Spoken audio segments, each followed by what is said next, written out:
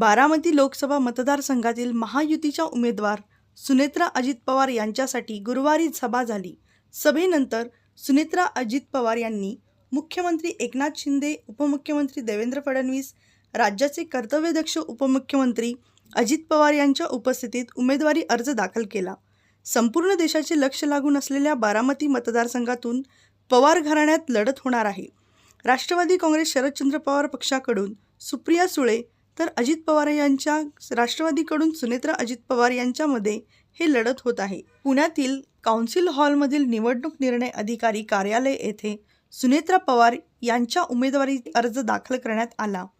राज्याचे मुख्यमंत्री एकनाथ शिंदे, उपमुख्यमंत्री देवेंद्र फडणवीस, अजित पवार, राज्य महिला आयोगाच्या अध्यक्षा रुपालीताई चाकणकर, महाराष्ट्र युवक अध्यक्ष सूरज चव्हाण तसेच महायुतीच्या घटक पक्षाचे नेते एकाच व्यासपीठावर उपस्थित होते.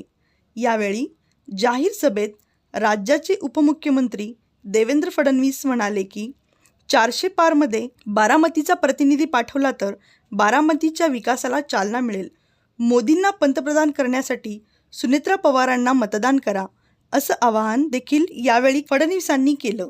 यावेळी सोलापुरातील राष्ट्रवादी अजित पवार गटाचे महायुतीचा समन्वयक आमदार यशवंत माने, आमदार समाधान अवताडे, माजी पालकमंत्री दत्तात्रय भरणे, जिल्हाध्यक्ष दीपक आबा साळुंके, प्रदेश उपाध्यक्ष तथा जिल्हा नियोजन समिती सदस्य किसन जाधव, राष्ट्रवादी सहकार विभाग कार्याध्यक्ष राजेंद्र हजारे, शिवराज जाधव, कायम निमंत्रित सदस्य इरफान शेख, प्रदेश युवक सरचिटणीस चेतन नागेश गायकवाड, राष्ट्रवादी विद्यार्थी संघटक सचिव प्रथमेश पवार, शहर संघटक हुलगप्पा शासम आदींनी सुनेत्रा पवार यांच्या उमेदवारी अर्ज दाखल प्रसंगी उपस्थिती लावली.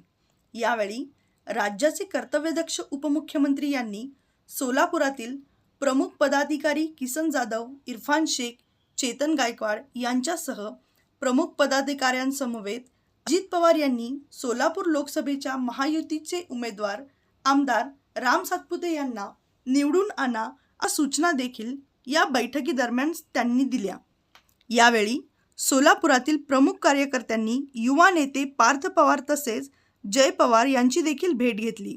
पंतप्रधान नरेंद्र मोदींना पंतप्रधान करण्यासाठी महायुतीच्या उमेदवारांना भरघोस मतांनी विजयी करण्यासाठी राष्ट्रवादीच्या कार्यकर्त्यांनी जोमाने काम करावे अशा सूचना देखील यावेळी अजित पवारांनी दिल्या.